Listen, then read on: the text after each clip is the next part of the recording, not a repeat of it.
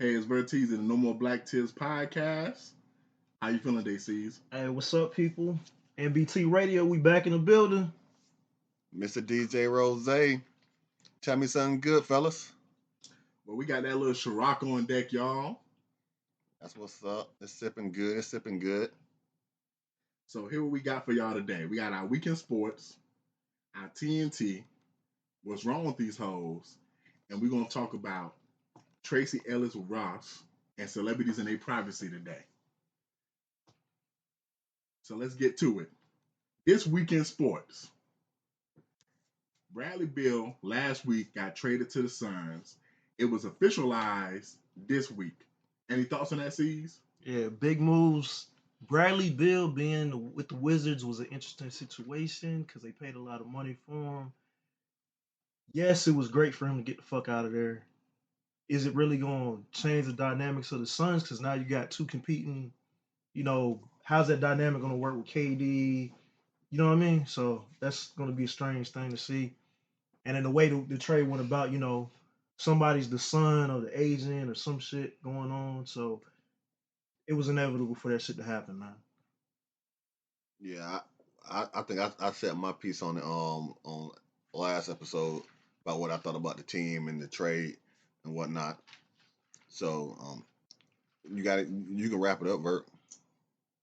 Now that the trade is finalized, all I want to say is I look at what the Wizards got back for Bill, and considering the fact that he had a no trade clause, which means he could dictate where he went and what the compensation was for him, the Wizards actually did pretty well because they pretty much got draft picks, I want to say to the year 2032, 2033. So, they did the best they could in a messed up situation. Now, speaking of players and money, Draymond Green and Chris Middleton both opted out of their contracts. I know Middleton had a $40 million deal on the table. I'm not sure exactly what Draymond had, but they both opted out probably for longer contracts with more security. Hey, Rose, what you think? They betting on themselves, especially Middleton. I understand Draymond. He's trying to get some more money because I don't think he had that much left on. I know he didn't have 40 million like Middleton did, but Middleton opting out his to try to get longer term and get more money, leaving $40 million. He could have got that this year. I think I probably would have took that 40 and bet on myself even more to have a better year than I've been had, and then get that $50 million a year contract next year, because this year he's probably not going to get 50 million. He's probably going to make less this year than he would have made if he would have opted in, but he'll have more years and more guaranteed money. So I ain't got no problem with it. I want to see what he's going to do. Um, I doubt he's going to leave Milwaukee, but he might. Sees. I think if money comes down to it, Middleton probably will leave. But looking at Draymond, I didn't think Draymond would really leave. I thought Golden State would be a little bit more inclined to keep that dynamic together because he's a veteran. Even if he didn't really produce like he normally does this past season, it's still like, Splash Brothers and Draymond on the defensive side and Toto on the offensive side. If I was Middleton though, man, we got to see what he does next season. So he's probably gonna bank on that and try to get some more money. So I'm going to touch on Middleton first. So when it comes to Middleton, I agree with Rose. You a fool. Nobody finna pay you 40 plus million to play basketball next season because you haven't done nothing the last 2 seasons. You've been hurt. You've been an average player at best, if you ask me, in my opinion. On top of that, if I'm the Bucks, I thank God that he opted out, so I don't have to pay his black ass. No disrespect, respectfully, because he hasn't produced what he needs to produce. I'm interested to see who's going to pay him the money and who's going to want him on their team. He is a good 3-and-D player. He can handle the ball when he's healthy and when he's playing right. Now, as far as Draymond, I feel like Draymond got a chance to really tip the balances because when I hear teams like the Lakers or AKA LeBron want him, when I'm hearing that the Mavs want him because they need defensive presence for someone like Luka, and then I'm hearing the Warriors are trying to bring him back, he has the most value to the Warriors, so the Warriors are gonna pay him the most. So I'm just more just infatuated. What does Draymond want at this point in his career? Does he want just the money? Does he want to win? Or does he want to be somewhere where he has a bigger role? Because the last couple of years, we've seen his role with the Warriors dissipate compared to when they was winning them back-to-back championships and all that other stuff. Um, Speaking of more trades, and speaking of defensive-minded players, the former defensive player of the year, Marcus Smart, got traded to the Memphis Grizzlies so the Celtics could trade for Kristaps Porzingis, the unicorn. Do you think these are good moves, bad moves, Rose? I don't really care about that move, especially Kristoff. I don't think unless he's going to be healthy for the whole year, that's not going to make a big difference for Boston. You lost the heart of your team in Marcus Smart. Facts. So going back to Memphis, that's going to be a good pickup for them because big facts. Because he's got heart. He can take John Morant underneath his wing and show him how to maintain and funnel some of that gun energy to defensive basketball and hustle and heart. So that's what I see on it. But I think it's going to be good for the Memphis Grizzlies. Who cares about the Boston situation? And that's all I got on that tape. Man, for me, man, I think Porzingis was it really a good pickup for Boston? Not really, because he really hasn't done anything to really prove his worth to me. Smart leaving, going to the Grizzlies is a good move because, like you said, I agree with defensively, he's going to bring that energy, and then also added on to the already, what was it, last season they were in the playoffs? Or the season before last, they were in the playoffs. So they have a little bit of experience, but now they got more veteran experience being with Boston, how deep they've been the last couple of years. So good move on their trade. Boston, you lost a lot. You didn't really get a lot back for it. Man, for me personally, the Porzingis trade, for that be a success, one, he got to stay healthy. And two, he got to look like he did his last year in Dallas or like he did when he was in New York. Now, if he can average 22, 23, 10, and a couple blocks, it'll be a great trade for them because now that's another big they got. They can be more versatile, and he can pull bigs like Embiid and Giannis to the perimeter. But to piggyback off what Rose and C said, when the last time he done that shit? So I don't know. Because he ain't done it so long, I don't trust it. So that was a bad trade to me just off of that. Last time I heard his name, he was in New York, so that says a lot. Exactly. Now, the Marcus Smart one, that's interesting because Boston, you fucked up. Like, that was one of the few people on your team that he was a dog. Like, you knew he was going to go at other teams' best players. You knew he was going to, like, pump y'all up. Like, I don't know why. Like, to me, when I first saw y'all give it a Malcolm Brogdon, I was like, okay, cool. So what? Y'all get rid of another light-skinned player. Cool, whatever. But when I saw y'all get rid of Marcus Smart, I was like, hold up. And I'm looking at the Grizzlies. That's what y'all needed. Y'all needed somebody who's a dog. And y'all needed somebody that's not afraid to get in John Morant's ass when he started doing that stupid stuff. So for me personally, man, like, I'm looking forward to the Grizzlies next season. Like, when John Morant come back from his 25-game suspension, I want to see that backcourt, Marcus Smart and John Morant. Now, John ain't got to go. And because to me, Marcus Smart is a better version of Dillon Brooks. He's better offensively, and he's a better defender, and he doesn't run his mouth as much as Dillon Brooks do. But yeah, I got one more thing to say because now Memphis Grizzlies has the two players that won the last two DOI Defensive Player of the Year. That's a good point, Rose. That's going to make them a real tough team to score against because now you got someone on the perimeter, but now you got someone in the paint that's really holding it down for you on the defensive end. So I got one question for both of y'all. Does he change his hair from green to blue? Yes. Yeah. Hell yeah. Does it look better? Yes. It depends on your team, but yeah. Hey, moving on from players going from championship teams to teams that's not championship teams. Jordan Poole got traded from Golden State to the Wizards, and Chris Paul got traded from the Suns to the Wizards, then to Golden State to play with Steph Curry, who apparently they don't like each other. Make this make sense, C's. So for me, it's like, when did we start doing these 4? It used to be 3-way trades. Trade, then we do 3 ways. Now we got 4, 5-way trades. Oh, if you give me this, I'll give you that. And I'll take your 2027, your 2026 first round pick. You got to do a damn map just to figure out who the hell got traded where. Jordan Poole, I thought he was going to leave. It's like, all right, we're keeping Jermon Green. He can't work out with Jordan Poole, so we're going to get what we can get for him.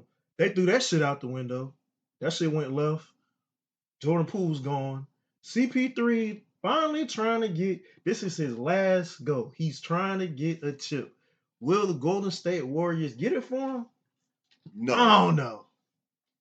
This is not 2014 or 2015. And Steph said, it ain't 2014 no more. It ain't 2014 no more. It's like, hey, why would they do this? I don't know. You one of my favorite players, CP3. I don't know how much gas you got left in the tank, man.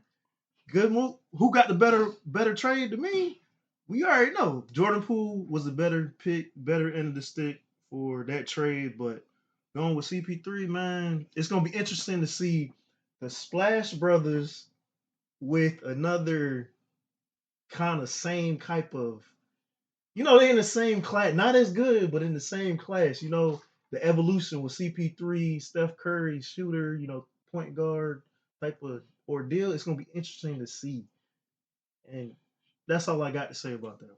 So before Rose take them, I want to say this trade is interesting for me because you got Steph and Chris Paul, 2 players who for the last, I say, 9 years have been battling for that top crown as best point guard in the game.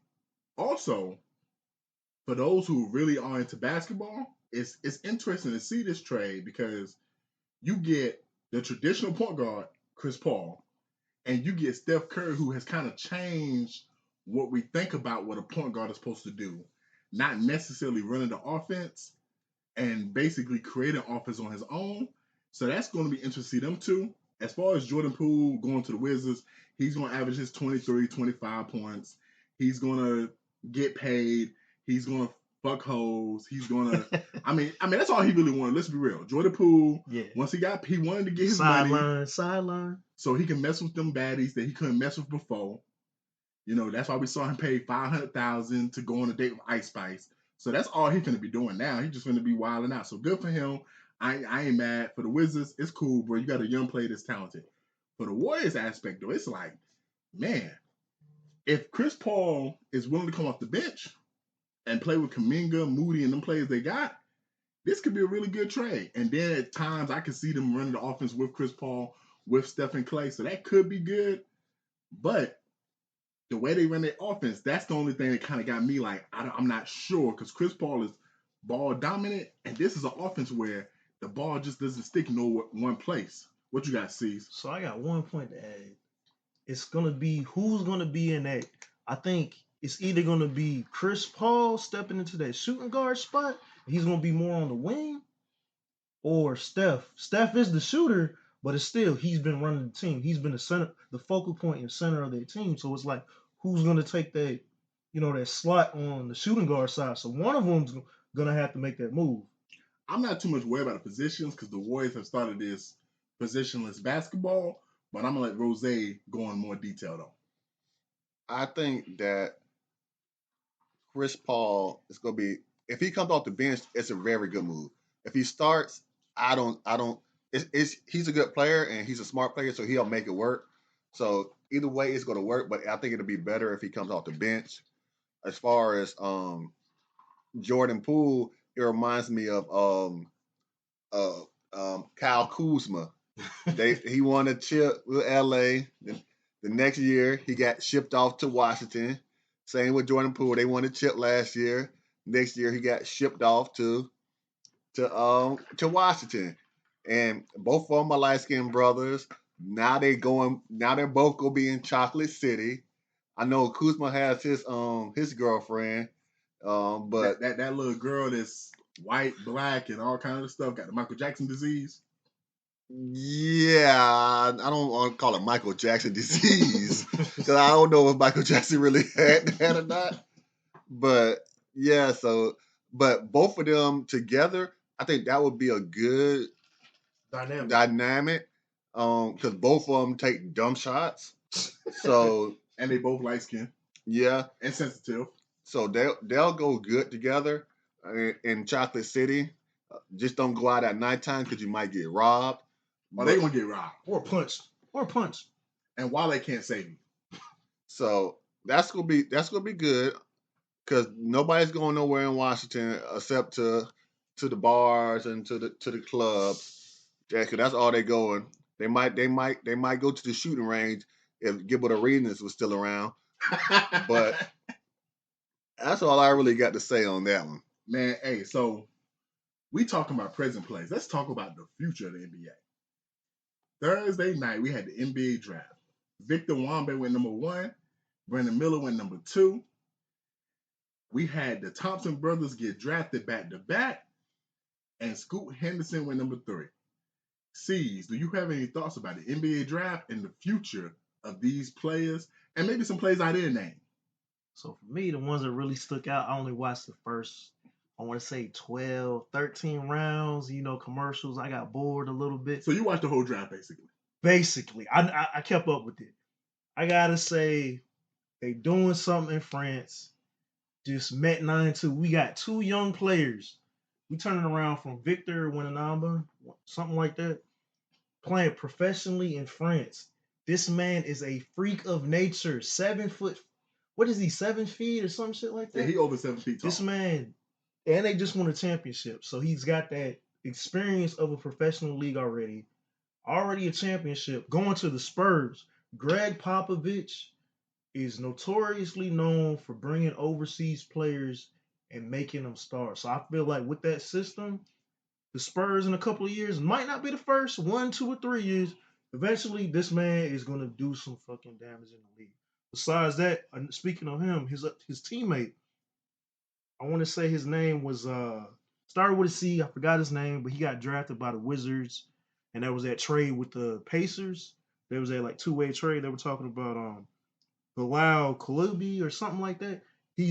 They were speaking of him getting traded, possibly getting swapped for the Wizards pick with Jarace Walker. So that's going to be interesting. So if that does happen, the Wizards might actually do get in that 4 or 5 slot on the East Coast, the 4 or 5 spot from the bottom on the East Coast? I'm talking about for the top. The East Coast look like shit anyway, though. So we being honest, the East Coast look like shit anyway. Besides that, man, Scoot, that was wasn't really surprising, but that was a nice pick. And then them showing his highlights, that whole thing was pretty good. Besides that, man, Taylor Hicks was interesting, first player from UCF that go to the league. That was interesting, man. Besides that, honestly, I was just looking at the first top 10 picks, man. That's what really excited me, was seeing those first couple players. And then, to see 2 brothers get drafted, that's good to see. So, hey, I'm gonna take the mic from Rose real quick. So first of all, the Thompson twins, whenever I see stories like that in sports where 2 brothers get drafted and make it to the league, especially back to back, and they twins, hey, that's God's plan. I didn't know they were twins. You twins, and y'all go back to back in the NBA draft. Rose, you a father. I know that's a proud moment for any parent, probably. It is. So that, I hope both of them brothers do well in the league. And I just want to shout at their parents and just say, hey, I did a wonderful job. Now, let me get into the players that I feel like is going to make a difference in this draft. No offense. Scoot Henderson, I actually saw him in the G League a little bit. I saw him play. He got talent. What this trade means for me is this.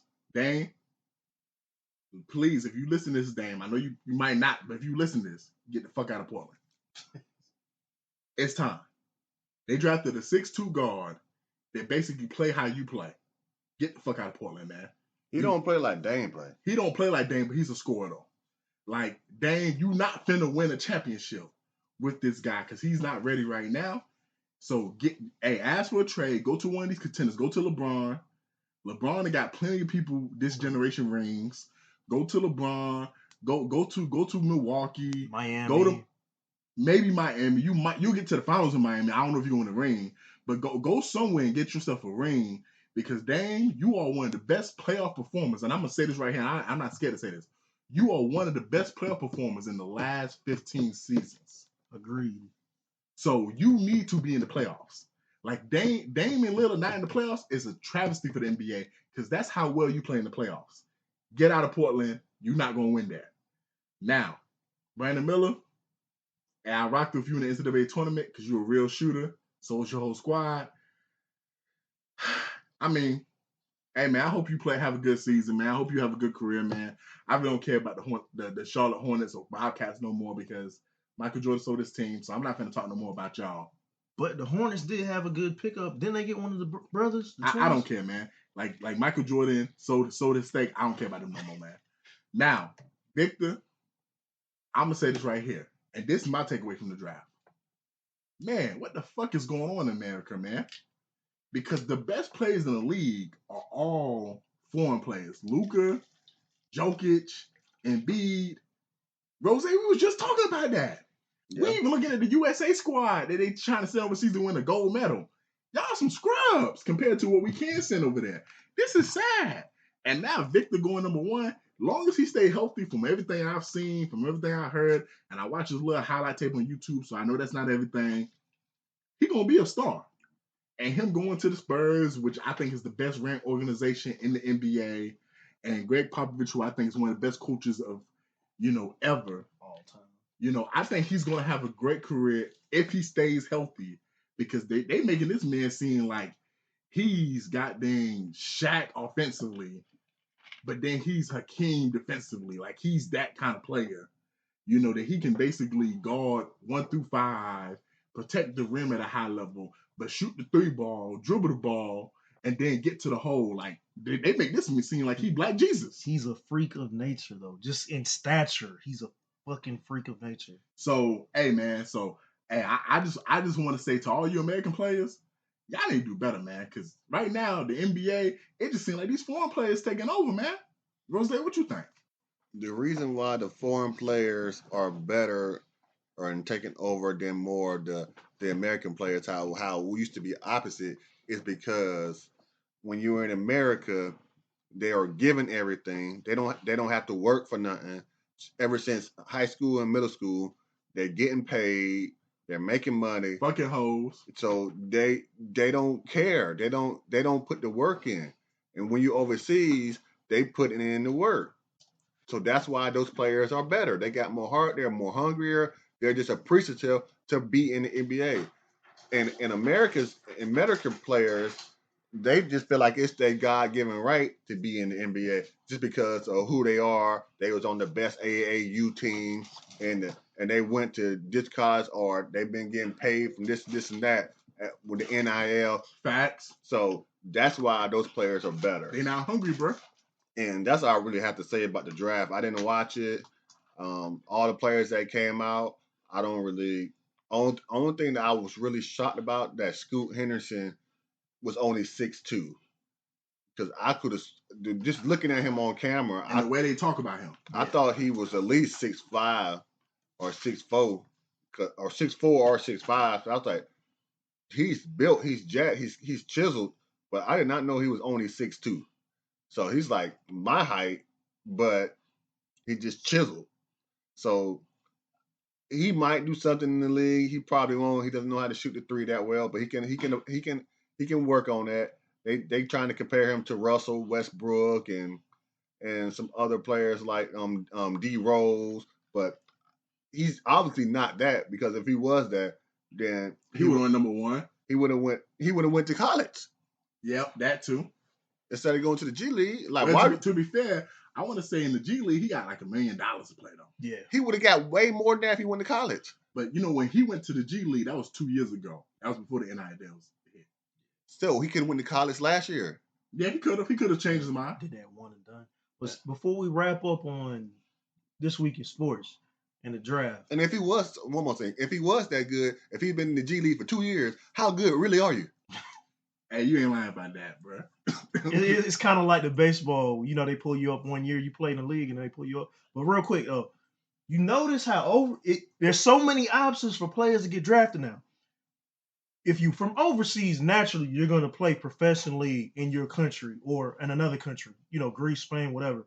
But you notice how many options looking at the top, even if we look at just the top 15, you got players from overseas professional, junior leagues professional, overseas, overtime, which is probably a good fucking move for a lot of players. You going to school, you training, you got a financial person in your squad, you're going to practice every day, you're training, you got somewhere to live. Overtime's a good option. And then is it even called G League? You still have the G League. It used to be something. They tried to change the name of that shit last year, but there's so many options for you as a player to get drafted now. You don't have to go to college. And we're going to wrap it up on that one. Hey, man, I want to say this. Some of these players are going to fly like spaceships. Some are going to sink like submarines. Speaking of that, let's go to TNT. In the words of Rose, dynamite. Boom! So, there was a submarine that had 5 passengers on it. Boom! That that was trying to see the wreckage of the Titanic, which, side note, was a good movie, by the way. Not a great movie, good movie. But trying to see the wreckage of the Titanic. And it went missing, apparently. Apparently, we went missing for 2 days. They went to look for it. And now, the reports are that it imploded and that the 5 people on board have passed away. Rose, let me start with C's. C's. Tears or no tears? No tears. You know what you were getting yourself into. First thing, you ever seen that meme of the preacher? Only thing I want to know is why? Why? Why the hell do you want to go see the Titanic? It sunk for a reason. You should know.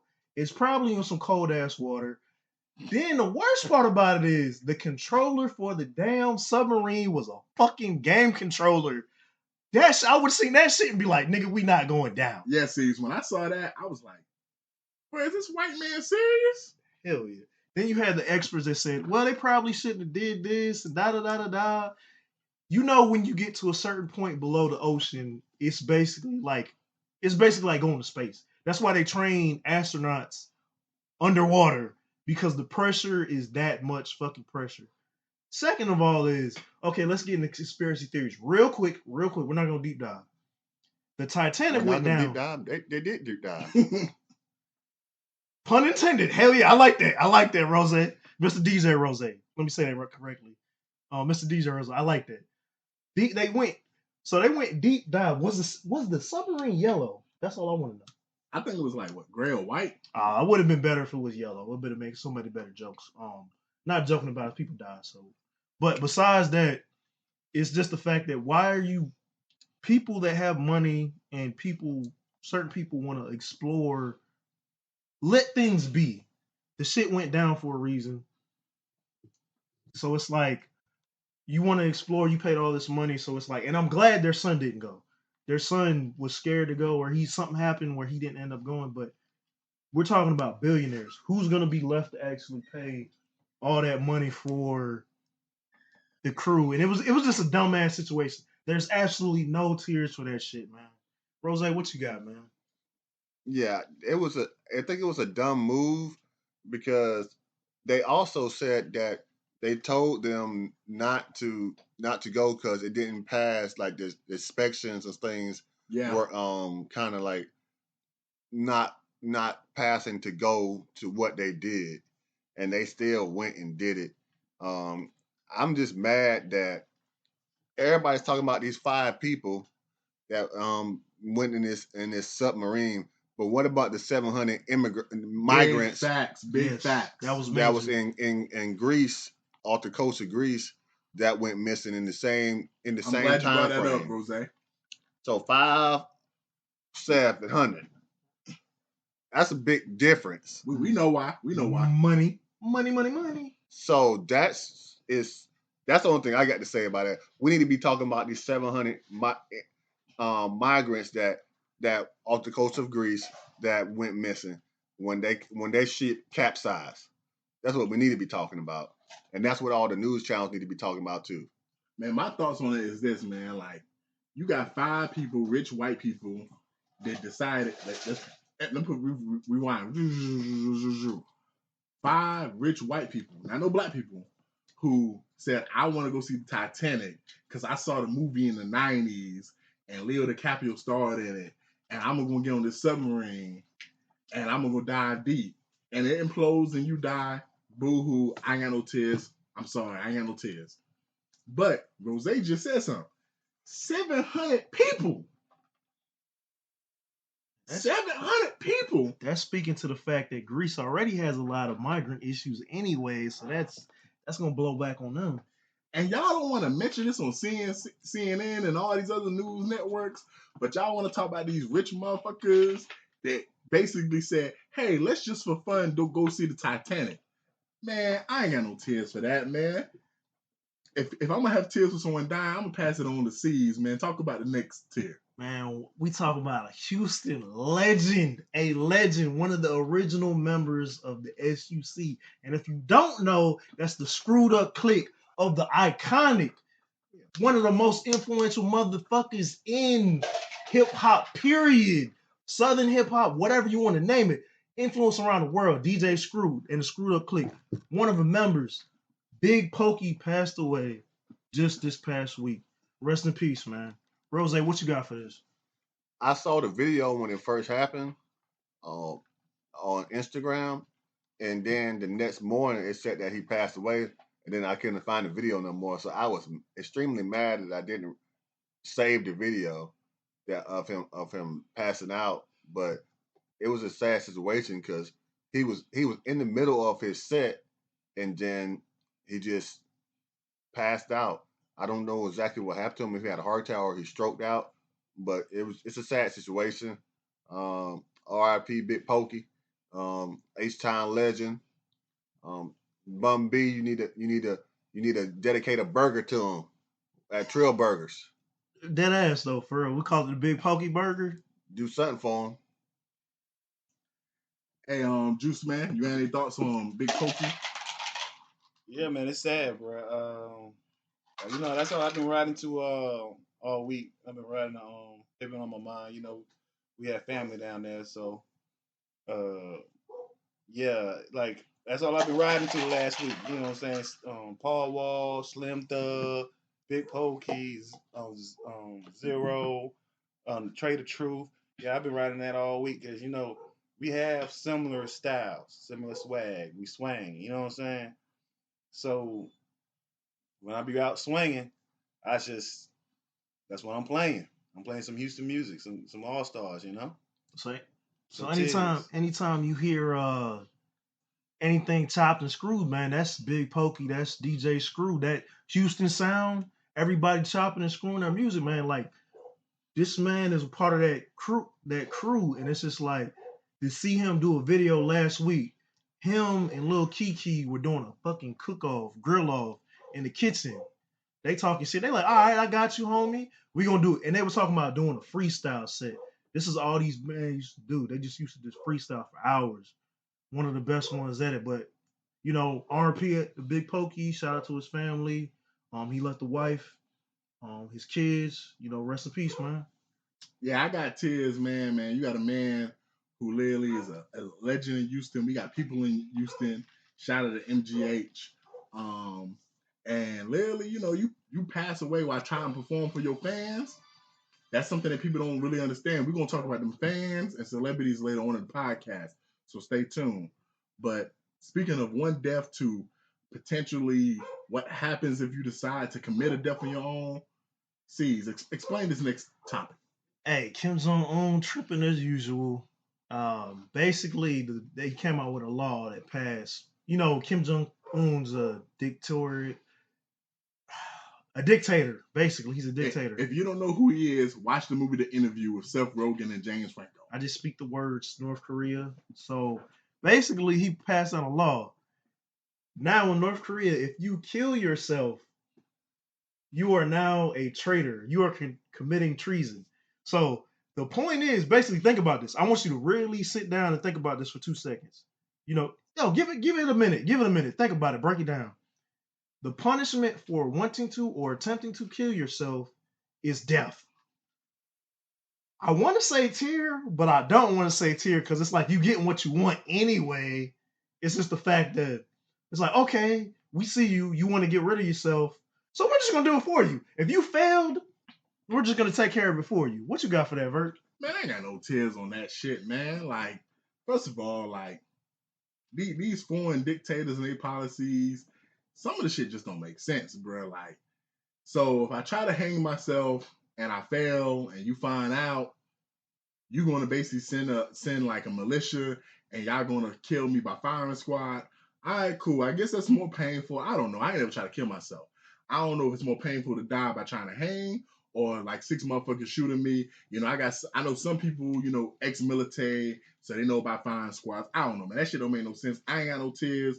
I don't care about Kim Jong Un. I'm American. My president is black. My lamppost blue. Your Fuck all president that is shit. not black right now, man. What? My vice president Stop is black. saying that shit. Man, He ain't my black. vice president is black, man. I don't give a fuck about none of that. Hey, Juice, man, what you got to think? I know you used to fight them boys overseas. What you think about Kim Jong and this new policy? I don't know what's Basically, the new policy is if you try to kill yourself, the punishment is death. okay. So if you fail to kill yourself and they find out, they're gonna kill you. All right. And you're committing treason. You try to kill yourself, you're committing treason. Okay. That is what it is. No tears. No tears. Shit. Yeah, no tears. I think it's an excellent rule, and I think America should adopt that rule.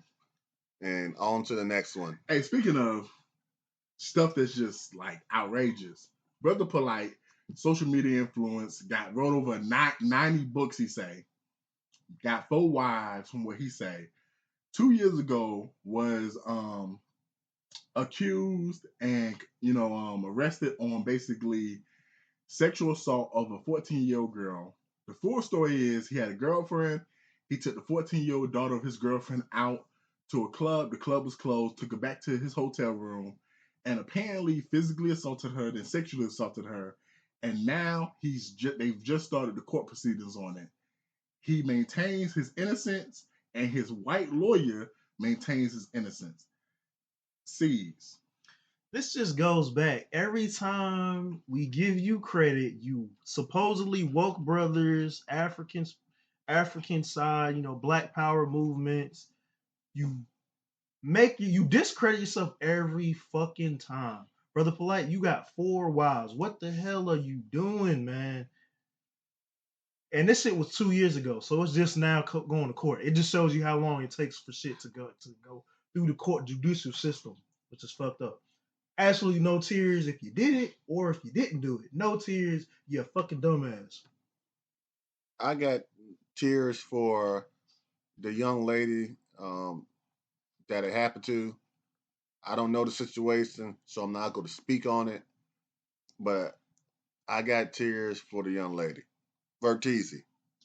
Man, so from my understanding, man, I got tears because it's crazy that this young woman is even in the situation. I just want to, for those who basically want me to speak on this part of it, the conspiracy theories, it is crazy because Brother Polight does speak on a lot of governmental issues and conspiracies against the black people, and this has come up. So, I mean, that's crazy too, but if you asking me, I'm not surprised by this because if you follow him on Instagram and social media, man, the way that man be living and the stuff he be talking about and the stuff he be doing, I mean, it's some fucked up people in the world, man. Juice man. See, our brothers ain't woke. Brothers ain't woke. So I open my third eye, my brother. Okay, 4 wives, thumbs up. I agree with that. That's cool. You know We're not talking about his 4 wives. We're talking about the 14-year-old. Like you said earlier, we have tears for the young sister that had to go through that situation. That's not cool at all. That's allegedly. terrible. Allegedly. Okay, but I just when it comes to that type of stuff, man, pedophiles. I don't know, man. That's man, that's sad. And I always have tears for young adults or young teenagers that's are getting sexually abused. So yeah, man, I got tears for that girl. And dude, I hope y'all figure out what's going on because that's not cool at all, my dude. I can't vibe with that. So speaking of parents and their kids, Russell Simmons, who if you're a hip hop fan, you owe the world to this man for what he's done for the hip hop. We really or just we owe Def Jam because that was a team. Def Jam was a team, bro. Russell Simmons helped that though. But the point is, recently though, his daughter has came out and spoken ill against him and saying how he's not supporting them and how he's been abusive to them. And his wife has came out and saying the last ex-wife has came out the last couple of years. Ex-wife has come out and said the last couple of years he hasn't been supporting them and they've been airing out all this dirty laundry in social media, man. So, Rose, what do you think about this as someone that, has kids? So I think that his daughter, for putting it out in the public light, is being ungrateful. I think that Russell marrying his ex-wife when he did was when she was 16 years old was crazy. So why are you trying to argue with somebody that you paid to be your wife? That too. Now that things aren't going the way what you thought it was gonna go, how what you thought was gonna happen when you stopped paying her, then you gave her the opportunity to make all this money. She done made all this money. She used you for what she could get from you. Now she's dogging you out in public after everything that you have done for her, even though you shouldn't have done that in the first place. But it's just crazy, man. I got tears for Russell. I ain't got no tears for his daughter because she won't put it out there in the public eye. She should have kept it in house. And second of all, what you mad for? You are well taken care of. You got two rich parents. You just mad because you're not getting what you want when you want it. It's stupid, man. It's dumb. Cease. Man, hey, is it deaf or that jam just ain't jamming no more? And that baby fat ain't fat no more. That's all I gotta say about that. But stop airing your shit out. I get if you want to embarrass somebody, it's a way to get a message out, but at the same time, it's like, man, it's just making everybody look bad. Because on one side, you got Kimora Lee looking crazy, and it makes it look like from outside looking in, you're turning your daughters against your ex-husband. But at the same time, it's like we've heard the stories of Russell being maybe not the best person in the world. He can't even come back to the U.S. right now, apparently, though. So there's a documentary and other stories about that shit. But I really ain't got no tears. It's like tears for the situation, but for the individuals, I ain't got no tears for that shit, man. Bert, what you got, man? Man, I'm gonna keep it real. I love Russell Simmons, man. I love hip hop. What he's done for hip hop is amazing. I think it's just sad, man. I got tears. I think it's just sad when you see these celebrity couples, these celebrity families from Russell Simmons, Brian McKnight situation, Will and Jada stuff, where they airing even Master P and Romeo, when they airing their family business for us to see. Because every family goes through issues, bro. Like if you got kids, if you got brothers, sisters, parents, y'all all go through issues. But it's not meant for the world to see what y'all got going on. I want to hear Russell Simmons' side of the story, man. Because, yes, there might be some validity to what they're saying, but I want to hear Russell Simmons' side of the story because he might got some real shit to say. So I'm going to pass it on to another, by the way, the streets OJ, are talking. Late Happy Father's Day, Juice Man. So I'm going to pass it on you. The streets are talking. So what are we talking about right now? I just want to make sure I hear this straight. Say it one more time. Russell Simmons and his family. Okay. All lies. Russell Simmons holding it down like a true G. 100%. He's doing everything he can. And who's the fault? We always know who's the fault. It's the wife. It's the entitled kids. See, this is what's going on. The wife is not telling the kids what's really going on. Russell's taking care of all the business. You got to remember, how many other boyfriends she got? 3. All of them millionaires. And a quick little tidbit, she's suing him or he's suing her for like $45 million. She already got the money. He already gave it to him. No, he trying to sue her. That's what it is. He trying to sue her. Exactly, because she stole the fucking money. She stole the money, bruh. You tell me, oh baby, I need 44 million for the kids. I give you the 44 million. It's for your goddamn deadbeat boyfriend. Let's get this shit straight. He a black man doing what he's supposed to do, and he ain't getting bruh. Hey, if I had bread like that and I was able to do what he's doing, hey man, that's all.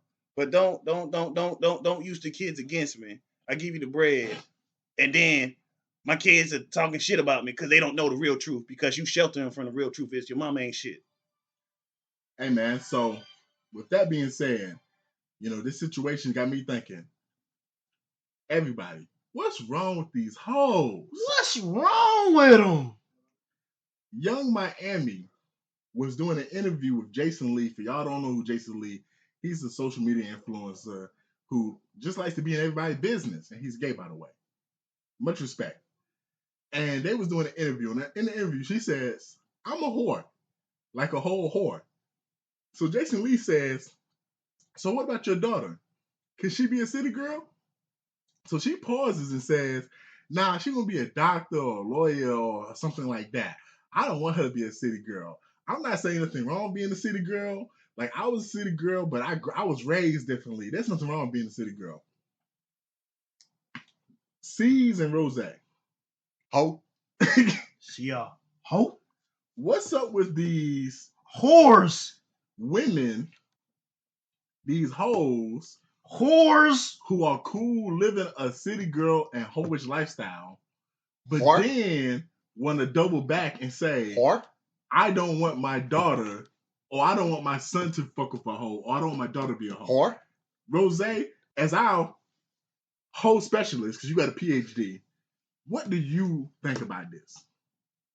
I think it's crazy that she would even say that, because how dumb are you making yourself look?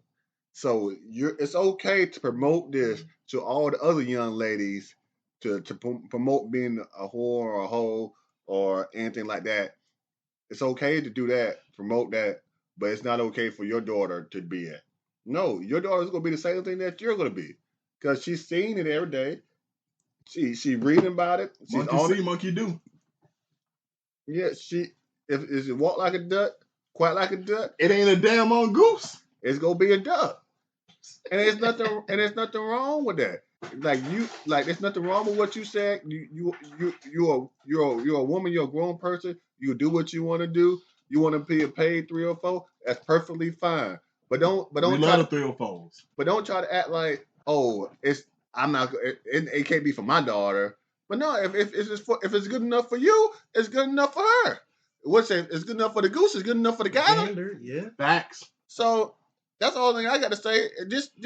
Just represent where you from and represent who you is, and ain't nothing wrong with it. We ain't got no problem with it. It just make you look dumb when you say stupid stuff like that. Hey, C's, what you think? Man, what do we always talk about, man? People being a hypocrite. It's like, you got to make the change for yourself, because she's going to be around you. You're her mom. She's going to be around you. She's going to follow what you do and act the way you act. Now it's worse because she sees your shit on social media. She going to be like, oh, my mom's music. And then she be like, oh, my daughter, don't do this and don't do that. It's just really hypocritical of you to say it. Eventually, you're going to have to get to the point to where you change yourself. But it's a big thing with, if you don't want your kids to do the shit, you got to lead by example, as we always say, man. Bert, man, what you got for this, man? Man, so me and MJH, we talking about this all the time. You hoes have to understand. If you okay with it, that's fine, bro. You could be a 3 or 4. You could be a hoe. You can be a prostitute. You can be an escort. You can be a gold digger. I don't care. But don't be one of them things and then try to claim to be a lady. So if you're going to be one of those things and then say it's okay, cool. That's cool, whatever. But then don't say I'm going to have a daughter. I don't want my daughter to be that way. Or I'm going to have a son. I don't want my son to mess with that or whatever. Like, that's what bothers me with the whole situation. It would be different if she was like, yeah, I'm a city girl. I had to be a city girl. I'm not proud of being a city girl. I don't think being a city girl is good. So I don't want my daughter to be a city girl because I did what I could so she could have a better life. Okay, I would look at it like, what you always say, C's, you use what you had to get what you needed. So as far as I'm concerned, I ain't got no problem with that. That's just like a father saying, I was a garbage man's son because I had to be. I picked up this trash and I worked for the state or the county for 45 years or 35 years so you could go to college and make something yourself so you didn't have to use your hands every day. That's admirable. But don't make it seem like you being a 3 or 4 is cool. And then when someone say, hey, what about your daughter being a 3 or 4? You like, nah, I don't want her to be a 3 or 4. But ain't nothing wrong being a 3 or 4. Like y'all daughters can be 3 or 4. Like Juice Man, Rose, your daughters can be 3 or 4. But Young Miami, my daughter, oh, she can't be no 3 or 4. She gonna be a doctor Or a lawyer. or a lawyer. I don't say this word very often. Bitch, you crazy. Hey, Juice Man, what you think about Young Miami saying ain't nothing wrong being a city girl, but her daughter can't be no city girl? I'm down with that. You know, we all go through ups and downs. So what I'm saying is, let's say I'm a dope boy, and I'm supplying the block. You know what I'm saying? I'm supplying the city, and I got my son, I got my daughters, and I'm like, okay, I'm selling all this dope to pay for y'all college, but I don't expose them or let them see that type of life. So all they know is like a lot of times you hear the big what are they, cartel families. They never knew their father was a big drug lord. But are you The whole proud of city it though? knew. But are you proud of it though? Proud got nothing to do. That's a front. But I'm saying, That's like, a are you front. proud of what you're doing though? That's no. I'm saying with Miami, that's a front. I know. That's the stage presence. That's like Beyonce. That's a stage presence. That's all I'm saying. Be real about it though. They okay. That's their job. Okay, just because they sing the song, hey, fuck that nigga. Guess what? She ain't saying fuck that nigga to Diddy. She ain't saying fuck Jay-Z. She's just saying, oh girl, fuck that nigga. To the left, to the left. But actually, she doing what she's, you know what I'm saying? She's being a good wife. Or she's being a good girlfriend. She's very submissive. Look at Cardi B. She don't cook, she don't clean on the song, right? But when you see the video, what she doing? She cooking and she cleaning. That's just the industry trying to get to everybody, trying to mess up and, you know, trying to demolish the black family or whoever's listening to the music is like, oh, we trying to destroy the family. That's what they're trying to do, man. It's just they're trying to kill us off by us not procreating. So that's why you got so many gays running rampant and all this, because they don't want kids. That's the new birth control, being gay, bro. You know what I'm saying? Like the shit is. So speaking of these celebrities, y'all, there was a situation where Tracy Ross was at a restaurant in Atlanta, and there was this young black woman who was a waitress or whatever, and she was waiting on her, and they had a good rapport or whatever. They was joking. So during the night, she saw Tracy Ross go to the bathroom. She stopped to ask for a pic. Tracy Ross said, yeah. She even took the pic of her own phone, apparently. The manager found out about this. The manager fired her. She never told her the recourse for not engaging with celebrities or whatever. Because apparently this restaurant has a lot of celebrities.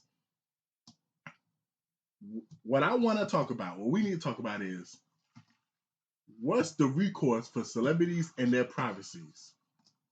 Juice Man. C's, go ahead, C's. Yo, so honestly, man, it's did the manager let the chick know? Did the manager let the chick know that that's the policy at the restaurant? That's the first thing. As a manager, that is on her to let it be known. Hey, don't be asking for pictures. Don't ask for autographs. Don't do this to the celebrities. If you know the celebrities constantly come there, you're supposed to let it be known at the company meetings and staff hiring and all this shit. So for that shit to happen, to turn around and fire her for that shit, it's unfair. And this is the thing. Tracy Ellis Ross agreed to the photo. So it shouldn't be blown back. If she had gone to the manager and said, I don't like the way this server came at me, she was asking for photos and all this other shit, that's when you make it a problem.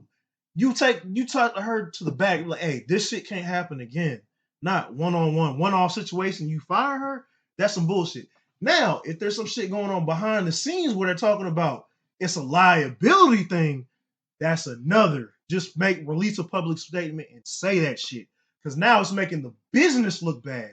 It's just like, well, shit, I don't ever want to work there. We got somebody that comes through. I don't ever want to have to go through that.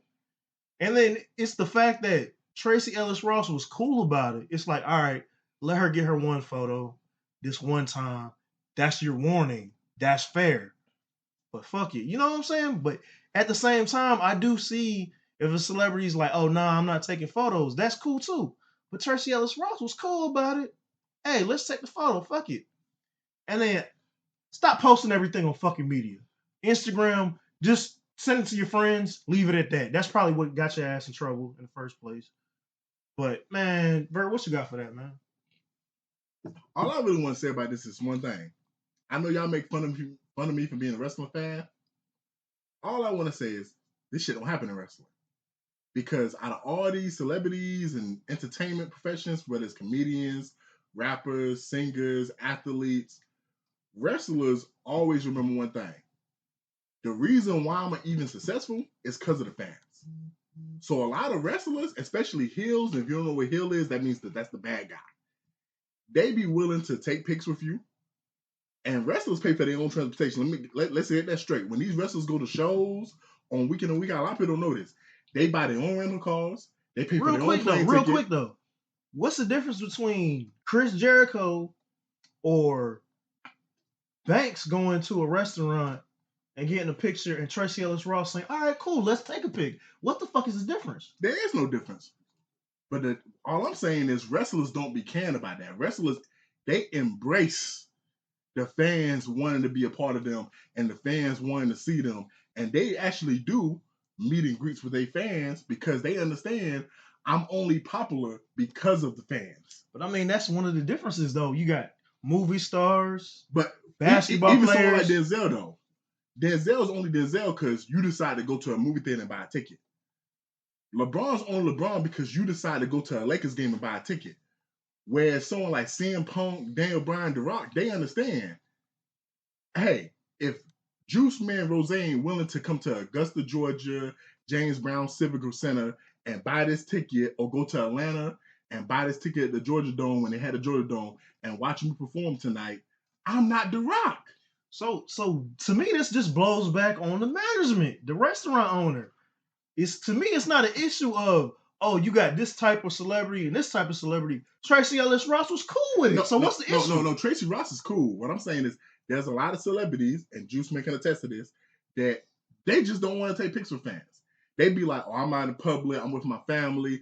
I don't want to do this. I don't want to do this. It's a time and place. Like, it's a time and place where Shaq said straight up, I don't care if I'm from family. Long as you are respectful with how you come to me, I'll take the pic. But I do want to get Juice Man's thoughts real quick. Juice Man, 30 seconds. What you think? I don't think they should have told her. C's was actually on point with this 100%. I can't.